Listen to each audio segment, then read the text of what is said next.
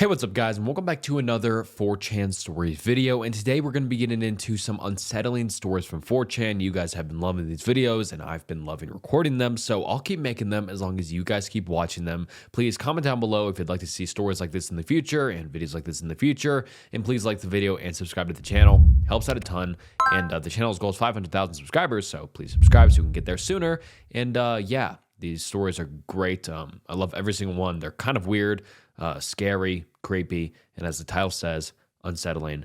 So without further ado, let's get into some unsettling stories from 4chan. B13, living in Mirandela, a small city in the north of Portugal, pick related. Starting my 9th grade, decent circle of friends, but nonetheless a bit of a loner most of the time. Notice a new girl joined the class, cute brunette, also seemingly around my age. Had a bit of a goth style to her, not to the point of piercings and black nails, but almost always dressed in black. Get paired up with her for project on the first week and end up chatting. Find out we have the same taste in music and movies and inevitably become good friends. She was fatherless, moved into town with her mother recently, ridiculously intelligent, far more than you'd expect from anyone her age, was even enthusiastic about philosophy and got me reading into Schopenhauer and Sartre at fucking 13. Was also a loner, didn't hang out with many colleagues other than me, mainly because her long existentialist reflections seemed to bore anyone. Eventually became really close friends, almost platonic lovers. One day she invites me to her house for dinner. Actually a little surprised by how long it took to get invited to her place, given how often she dropped by mine. That evening, we meet by the school and she leads the way. We start heading out of town. Half an hour later, we're walking around tall grass fields and dirt paths as night settles in. Can't help but feel a little scared since I don't want to be out in complete darkness. She tells me not to worry and kindly holds my hand. After maybe another half hour, with almost total darkness setting in, we follow a dirt road into a forested area. Fear is really kicking in. About to beg her to go back when she suddenly says we arrived. In front of us is an old, large, and degraded house, heavily obstructed by darkness, but nonetheless being a striking sight. Not exactly a mansion, but still really large, with 3 floors and an old Alfa Romeo parked on the driveway. The door is unlocked. We walk in. She turns on the lights.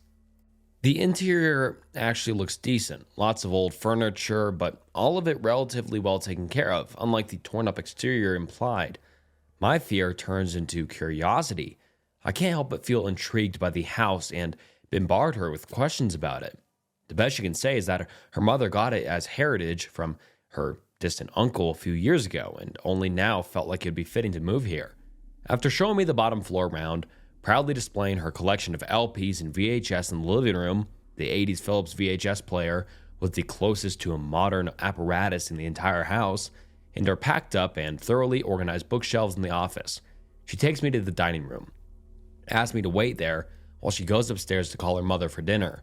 As she leaves the room, I contemplate how silent the house is, the only audible sounds being the tremulous treetops in the surrounding woods, exposed to the wind and the light hum of an electricity generator, probably around the back. Somewhat confused with the whole situation, but far more intrigued by my friend and her mother's eccentric lifestyle than scared by it. In a moment, she comes back, tells me her mother is working in the attic and wants us to have dinner there. Now I'm really confused. What is her mother working on the attic, and why can't she just come down for dinner instead? She explains her mother is a dressmaker and uses the attic as her studio, and as such spends the entire day there and doesn't want to interrupt her work to go downstairs. Unsatisfactory explanation, but alright.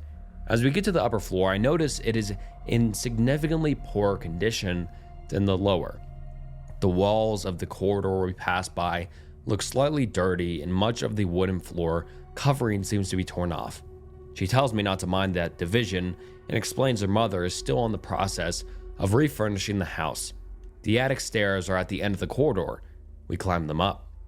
The attic is an ample but poorly lit space. I am assaulted by a labyrinth of dresses hanged in washing lines spread across the attic. Most of them looked ripped and dirty, definitely unlike anything a dressmaker would be producing. A disgusting smell reeked across the room. I can't even properly describe how unpleasant it was. She just calmly makes her way through all the clothes. I try to keep up while covering my face in disgust. "Hey mom, here's the friend I told you about," I hear my friend say. Finally come out at the end of the mess. Regret doing so in the following second as my brain processes what I'm suddenly looking at. Right in front of me is a morbidly decaying corpse, with almost more bone visible than the horrendous rotting flesh, sitting on a chair in front of a small table with a lit candle over it. I can't even properly react to what the fuck is this goddamn thing. "Now that we're all here together, we can finally have dinner at last," my friend says, seemingly talking to the rotting cadaver before her. Nope, nope, nope. The fuck out. Heart pounding faster than I ever did in my entire life, run through the labyrinth of dresses and quickly head downstairs. Rush to the front door of the house as fast as I can. She starts screaming angrily at me. I have no idea of what the fuck she's saying, and I don't even take the time to listen to it. Smash through the front door. Run away into the surrounding forest with no idea of where to go. The only thing I can make out of all her spontaneous screaming is an almost tear-jerked "don't leave me" as I rush into the woods. Run through the pitch-black forest for what seemed like torturous hours for my young teenager brain, cry until I'm out of tears to pour out. End up finding a highway. The first driver that passes by and notices me on the side of the road miraculously stops and gives me a ride back into town.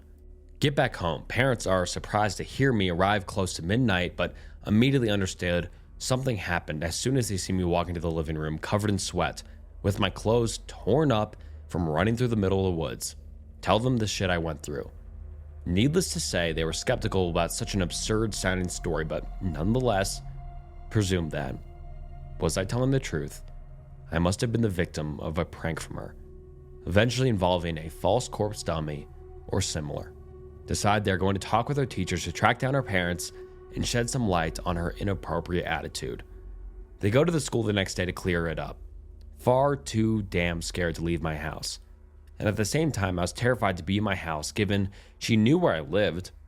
Invited over the beefiest friend I had at the time under the paranoia of her showing up. Parents came back, told her she was registered into the school by her mother during early summer vacations. The school management wasn't able to contact the mother ever since. No phone calls were picked up, and given no one understood where her address was located, all letters were returned to sender. Give how many problems the lack of contact with her mother was causing, they tried calling the girl to clear everything up on that exact moment.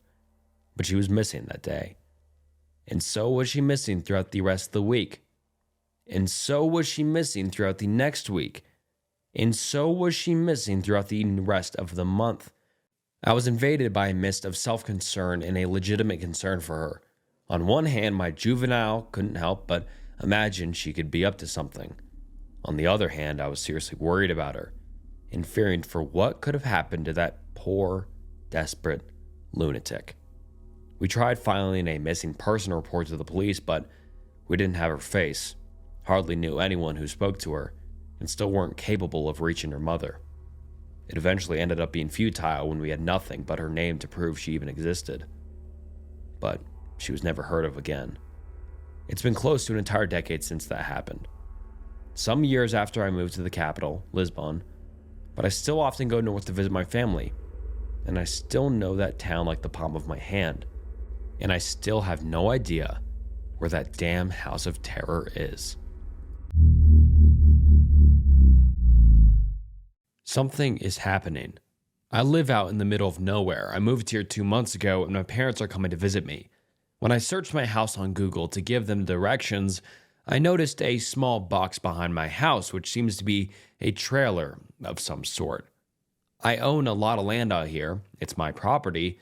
I own about 3 square miles. Now, I went out a few minutes ago, and the trailer is a 3 to 4 minute walk into the woods. There's a light on in the trailer, but there's no road or anything that connects it. It's pretty deep in the woods. The road I live on goes far out, and I'm the last house on this street. I'm thinking about going to investigate. Should I? Here is a layout of my property. The trailer seems to be in decent condition. Not the best condition, so let's say fair condition. Yes, but I'm kind of scared somebody is living in it. It's known that homeless people take shelter in old barns out around here. Yep, I have a shotgun and a rifle and a few handguns. The woods are deep and heavy. Tons of weeds and shit. It's hard to get through. Well, it's possible they are using some power source rather than country power, such as a generator or something. I'm not very rich. This property costed about 25 grand with the land. It's in the middle of nowhere. The closest McDonald's is an hour away. The closest Walmart is a good 20 to 30 minutes. The biggest town near me has a population of 15,000 people, and that's 30 minutes away. I have 3 square miles and never been anywhere except the barn on my property. There is a river somewhere on it, but I've never been to it. I have no clue, to be honest. I know a friend of mine had a whole city of homeless people living in the woods on his property a mile from civilization in tents. I wouldn't doubt if there's a homeless camp somewhere on my property too. Anyways, I'm gonna go check it. It takes 3 to 4 minutes to get there, so I'll be back in like 15. Alright guys, sorry to break the bad news. It turns out somebody is in fact living there and has been living off the land for around a year now. When I walked up to the house, I saw a shadow looking out the window, so at that point, I really had no choice but to go up and knock. So I did, and it was a man in his late 40s or early 50s. He admitted that he was stealing power from me. However, other than that, he has been living off the land and even has a garden and really hunts for food. I'm probably not going to evict him or anything. I could care less as long as the guy's friendly. I told him to come over tomorrow and we can talk. I was going to take some pictures, but it was dark and he would know I was taking pictures because of the flash. I didn't want to anger him or something. So I guess I'm going to talk with him in the morning. I will most likely let him stay. Sorry for the boring ending. Nobody died tonight. But wait, there's more. Well, fuck, now I heard a gunshot. I didn't shoot off a gun and it sounded like he was from a distance. He wasn't shooting at me. Somebody's knocking at my door. I see 2 shadows, not one. This guy's not alone.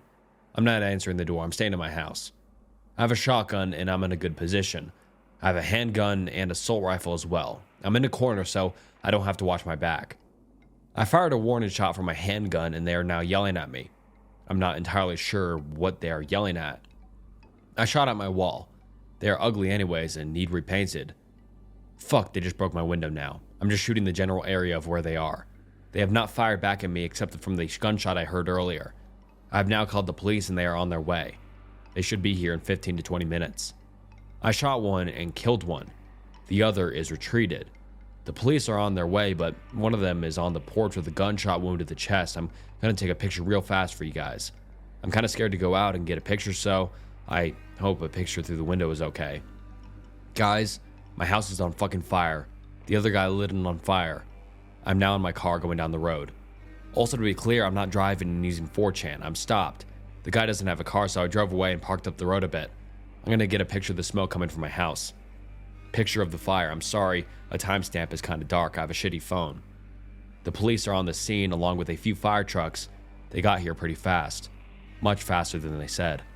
I actually parked a little away from the house. To be fair, I'm not really worried about the guy. I have a gun and I will just shoot him. I think he's on the run now. I don't think he's gonna wait for the police. They brought 2 police cars and 1 ambulance. I told them I was being shot at, so I guess they went all out. I'm not really on my phone, I'm on my tablet. Would you like a picture of it as well? I told you I was on my phone because it's easier than saying I'm on my tablet. My tablet doesn't have a camera, my phone does.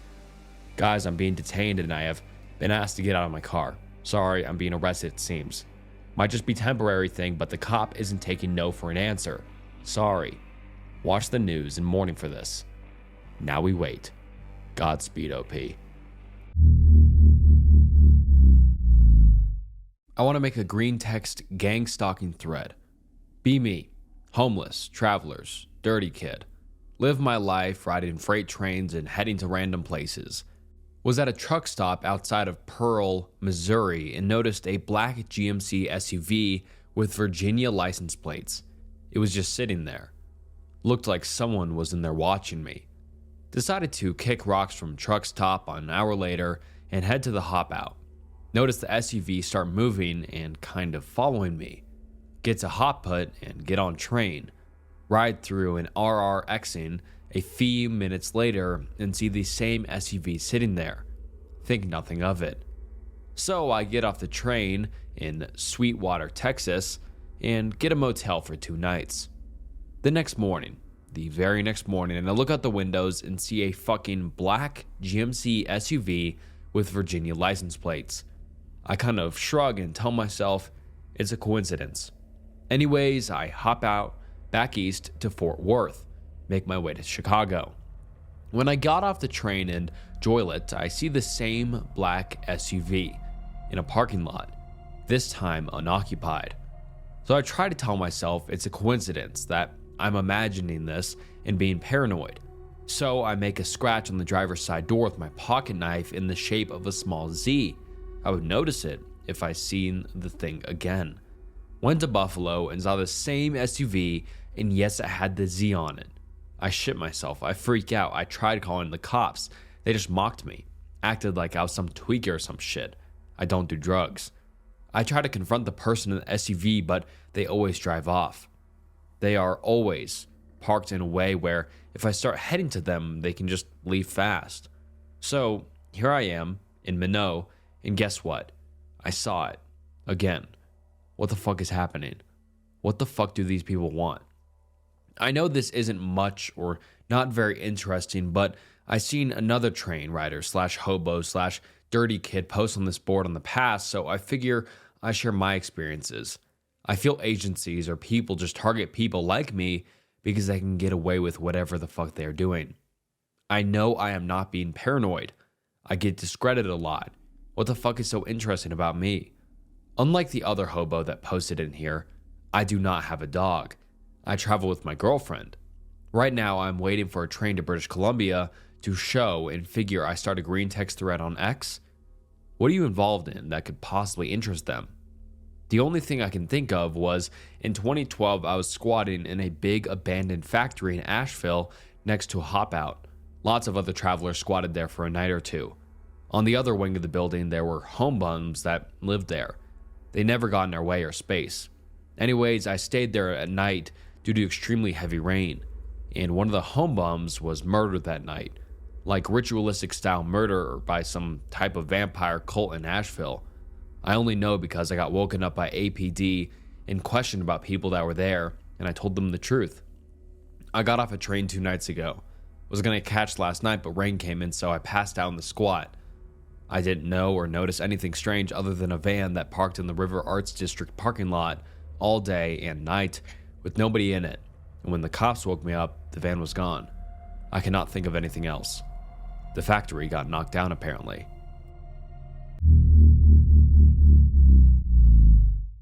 Hello X, I have something that might be of interest to you. It concerns what my team and I found under the Great Sphinx in the Egyptian city of Giza. I know the very first question you'll ask is why we would ever go searching underneath a place like that and for what possible purpose. I'll keep it brief for you. Have you ever heard of an American author by the name of John Anthony West? Did you know that during the early 90s, he and a team of archaeologists carried out a series of seismological and geological tests around the Great Sphinx? The results of his tests caught everyone's attention, ours especially. His tests revealed the existence of unexplored tunnels in the bedrock beneath the monument. His team was subsequently thrown out of the site by Egyptian authorities, and we got involved around this time. Who we are is of no importance, at least not to you anyway. The only thing I will mention is the obvious. We are a group with some sort of connection to the United States government, and we're assigned this task due to a certain degree of knowledge and expertise that we possess. Green text will begin from here in order to make the events that happened a little easier to follow. Received our mission and arrived in Giza during the summer of 1995, tasked with excavation and transport by the local government, told to recover whatever we possibly could from the tunnels beneath the Sphinx by the US government. Local officials feigned ignorance at the possibility of tunnels or valuables underneath the Sphinx. Have an assistant with me assigned to the task, let's call him Josh. Josh is complaining about a lack of information, is seriously worried about being sent in blind and the dangers that we might encounter. I tell him to calm down, tell him the mission will go smoothly and that there's probably some gems or treasure down there at most. Arrive at the monolith. Can see the pyramids of Giza just beyond it, partially covered by a thick layer of fog and dust. I pull out a cigarette before we head in and ask Josh if he's shitting himself yet. Tells me he has a bad feeling about the mission, but I dismiss it once again. Thinks that the mission can't be as straightforward as it seems otherwise. Why hire us? Just shrug at him. Money is money. I don't care what we have to do, it's all the same to me. Senior seismologist runs over to us and tells us that we're finally good to go. They've managed to break through. Josh asks him if they managed to take a look down below. Tell us he caught a glimpse of something and that the chamber seemed empty. Empty? Ask him what he means.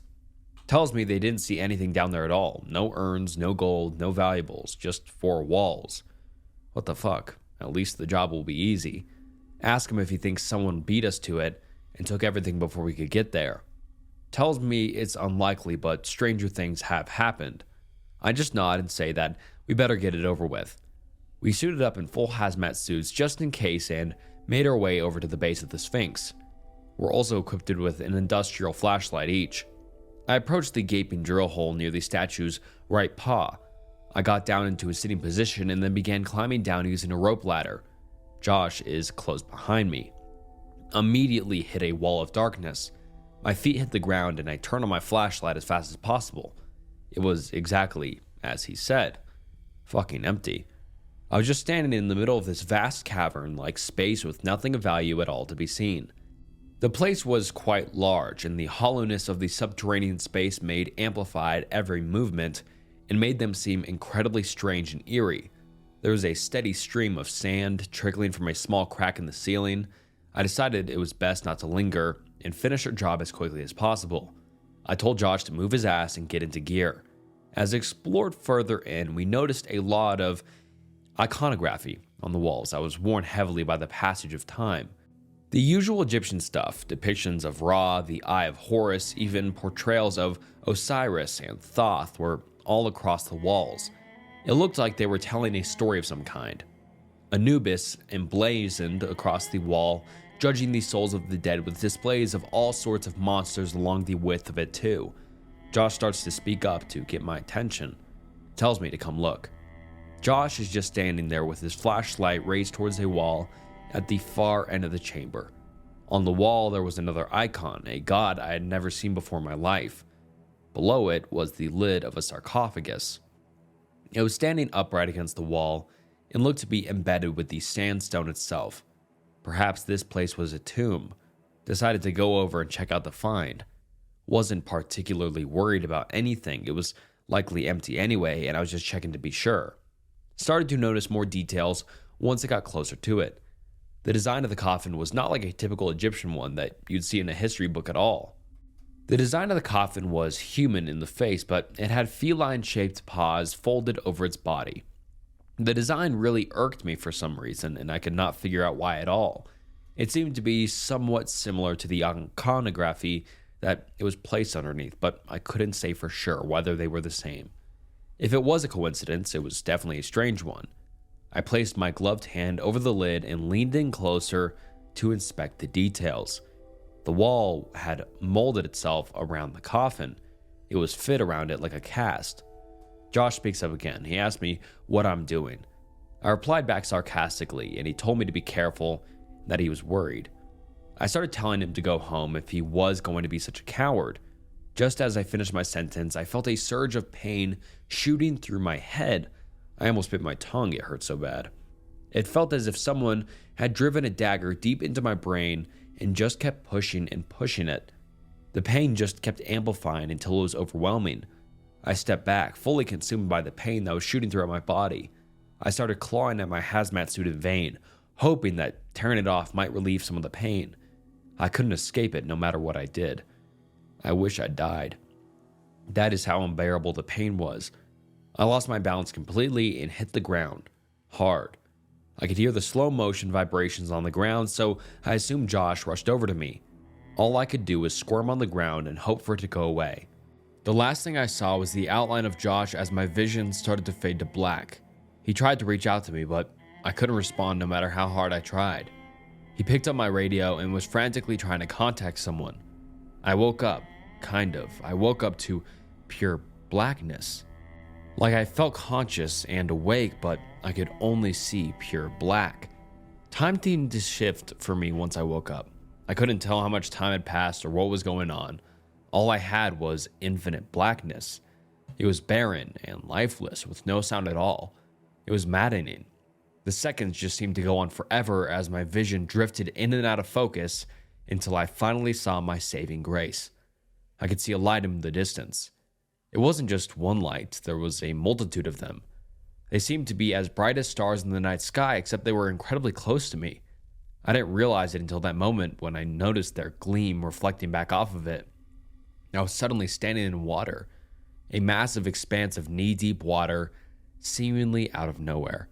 I looked down back at myself again just to confirm that I was really there and actually real. I needed to know whether I was hallucinating or not. I was also completely fucking nude for no reason. There were waves of warm water hitting my thighs and my entire body relentlessly. My moment of respite only lasted for a moment before I was thrown back into action once again. It was a voice here with me in whatever this place was. It wasn't Josh. It was a stranger. No one from the site or the medical team. He was old, incredibly old. His face was covered with an array of scars and wrinkles that combined together. It was the same height as me, maybe even slightly taller. It was hard to tell at the same time due to the haziness of my mind and the deception of the water. His body was incredibly built. He had the body of an athlete in his prime and showed no wear and tear at all.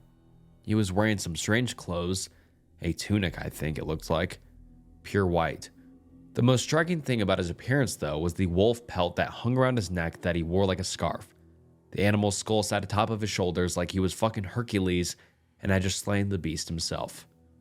I finally managed to stutter out some words and ask him who the fuck he was and what he was doing in the cordoned off dig site. There was absolutely no way he should have been able to get down there with all these workers, unless he'd been down here before we got here. The old man just sighed and stared deep into my soul. Every move he made had me on edge. He told me that I'd invaded his temple, ransacked it, and made a mockery of him by not knowing his name. I just stood there speechless. It was like I was getting scolded by my mom and dad. For some reason, I felt like I should apologize even though I had no idea what I had done wrong. He cut me off before I could speak though. He told me his name, but I didn't really know how to pronounce it. I think he said something like, Wapa Wawet? But I've never heard of that before. He told me his brother was the famous one. I asked him where I was, but he just asked me where I thought I was. I only had a vague idea that I hoped was wrong. I asked him if I was dead. He told me no. He told me that the afterlife was only for the deserving.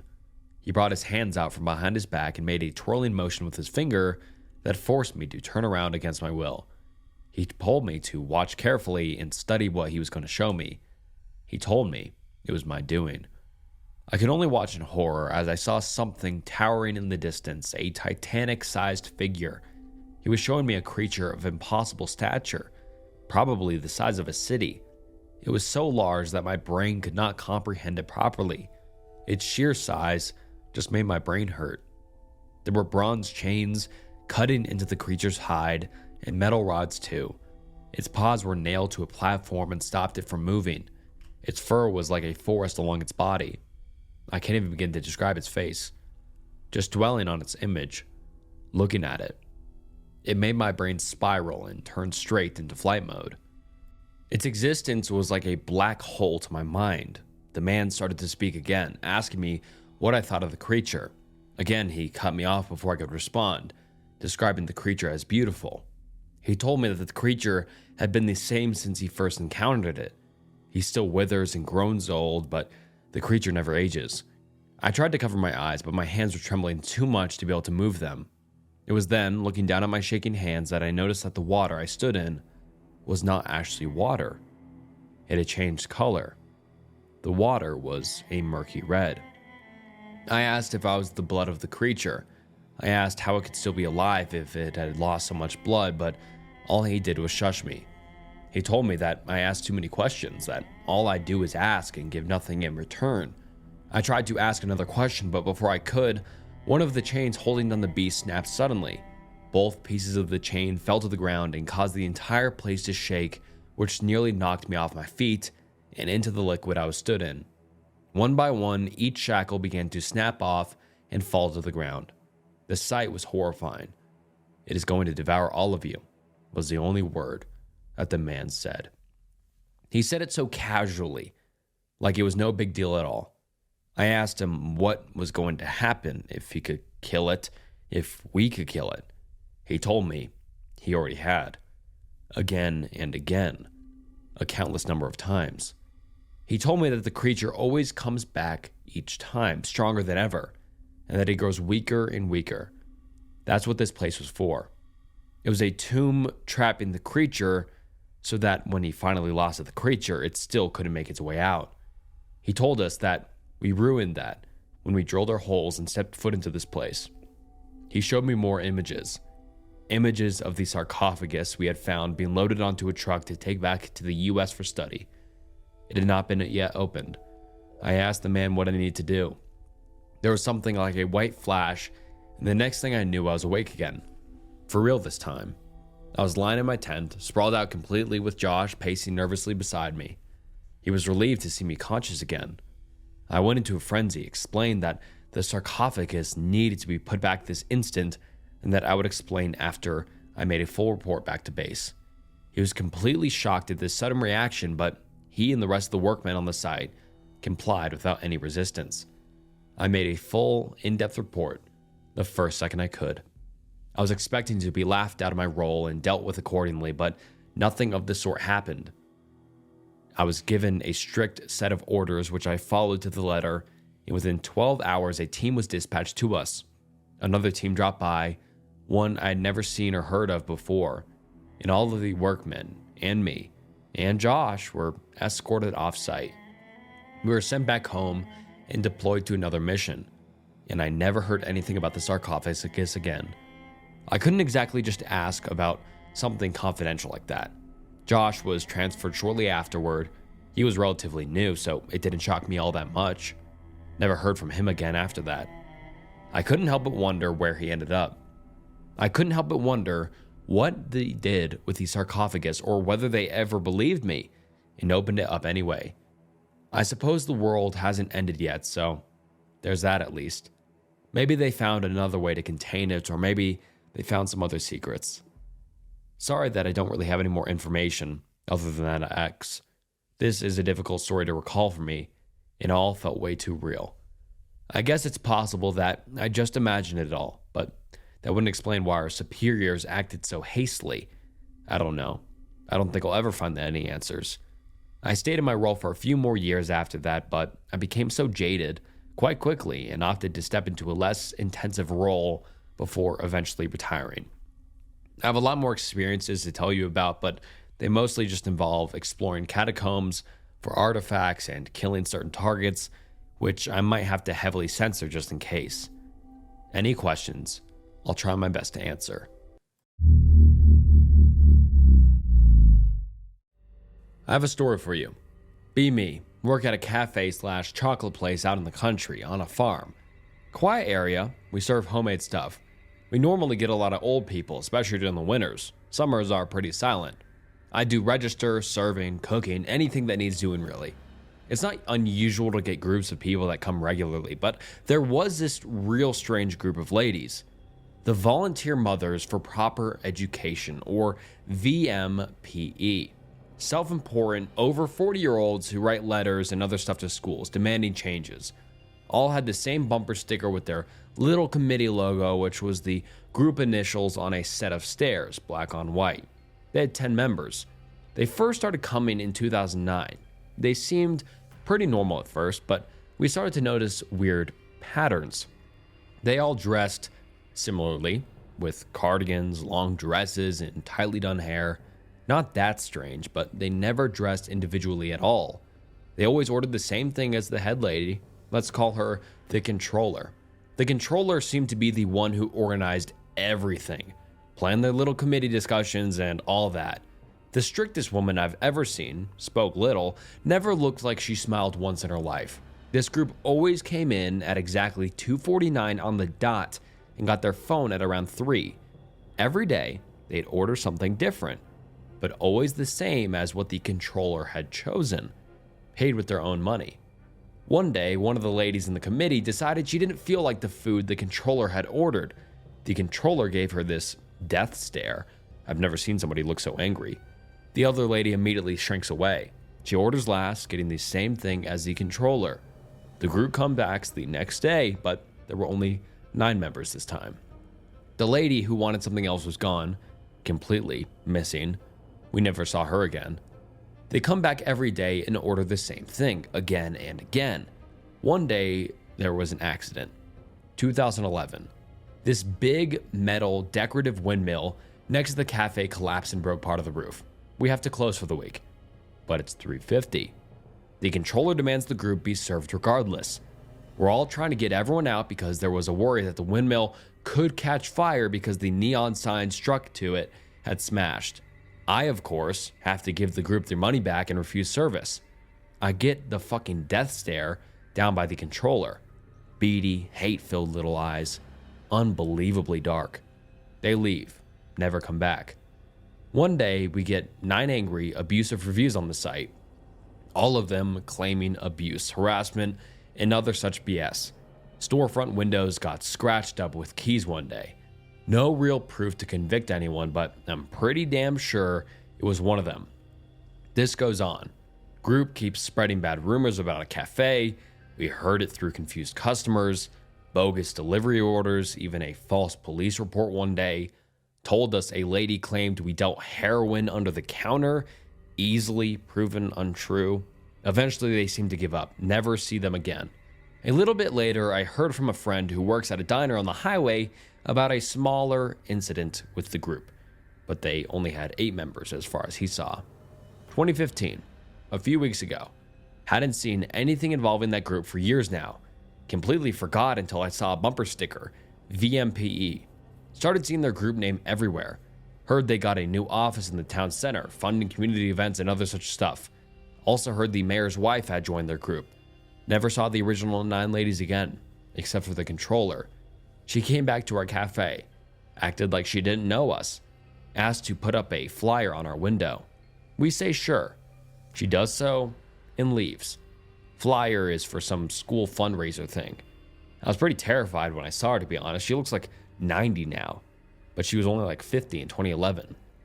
She doesn't look so strict and angry anymore. She looked tired. Really tired. I looked at the flyer from outside and saw her get into her car just outside the building and drive off. She's driving a ute now. Utility vehicle like a pickup for non-Australians. It's covered in mud and shit and battered as hell. She used to drive a spotless red sedan. The back of the ute is filled with rope, shovels, and a few filled trash bags. Bumper sticker is on the back window. VMPE. Never saw the lady again. I still have no idea what to think, but it's left me kind of scared. I'll post again if I find out anything else weird about the VMPE ladies. I live in a real country-ass town, no real connection to the city, and they don't have a website. I think they're still a pretty small group who mostly invite moms and such. I've got a picture of the front of their office and one of their posters, which I took for them that diner friend I mentioned. But what is the point of that flyer? There's no phone number or anything, is there? I don't see one. How bizarre. Sounds like a weird little cult. To be honest, though I'm a long-time fan of X and stuff, I'm not a big believer in stuff like cults and all that. But this group's always been weird. I don't actually know if they have a phone number. I can't find one. Here's another picture from a while ago outside of high school. I looked through my camera cards from last year and found an ad they had up on the metal boards they put around the football pitches. I blocked out the address for obvious reasons. There's something about the way they word these things that's hella creepy.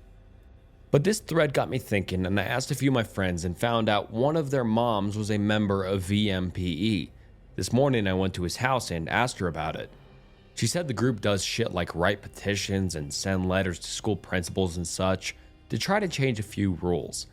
She gets into a group with like 5 other moms from the group every Friday and they discuss.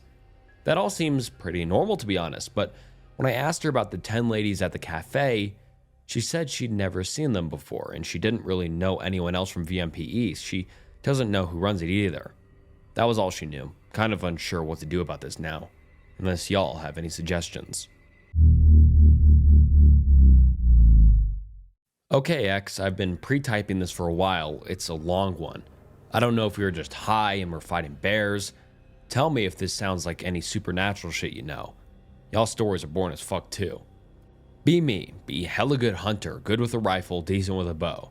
Prefer Mosin, but we'll go with anything. Dead of winter. Hear about this shack in the woods where I can chill before a hunt. Not going to give location because you guys spook me almost as much as the shit I saw. Decide yeah, bring beer, hunting buddies. Hell yeah. Be chilling in cabin. 3 hunting buddies. 1 brought girlfriend. Folds of fat. I swear we could fucking hunt her and have enough blubber to fuel a 747. God damn she fat though. Real bitch too. Always complaining about the cold. Shouldn't have brought her. Be smoking weed outside a cabin with 1 hunting buddy. We call him Jim. Jim is a cool motherfucker. This guy can get his hands on any fucking ammunition he wants. This guy brought 45s. We have a range of cans set up so we can practice. Jim can fucking shoot the pull rings off them. Jim is fucking amazing. We chillin', and up comes Meat Sack. Other 2 guys are off hunting north of the cabin. Bitch's jowls slap together as she moans some complaint about how cold it is. If we took 1/10 of the grease she excretes and made a fire with it, we could burn the entire forest down. She waddles inside. It isn't even funny how fucking fat she is. Jim is fucking with a knife he brought, packing snowballs and cutting little gills into them, making tiny fat snowfish. I'm hungry as fuck, so I go to make some beans. I open the cupboard. Fucking empty. That bitch cleared us out. We haven't shot any meat yet, so that isn't an option. We need to go to the town to get more food, or we eat flaps over there. I yelled at Jim that we need more food. Jim and I agree that we should stay and that boyfriend and meat mistress should get food. Don't worry, the story gets spooky soon, just let me have some fun. Other buddy is cool. We will call him Dave. Dave and boyfriend come across the crest of the hill and come down towards us. We explain the food situation. Dave fucking laughs and they decide that Dave should stay with us at the cabin. Yo, also Anon, there's like 3 bears over the hill. We didn't get a good look at them, but I would hold off on hunting anything other than cans. We have 45mm ammo. Motherfucker. Bears can suck my dick. Pork Princess and her wheelbarrow operator head down the mountain to go get food. This is when we get fucked. We can't hunt, so we have to resort to emergency rations.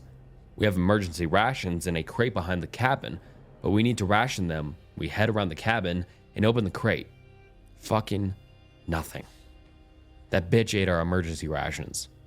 Fuck, dude. This is where shit goes down. The last bit was just fucking around. Shit gets worse. Blizzard hits hard, and the road up the mountain closes before Beef Bitch and her lackey get back. Shit, piss, and fuck. Now we really need to hunt.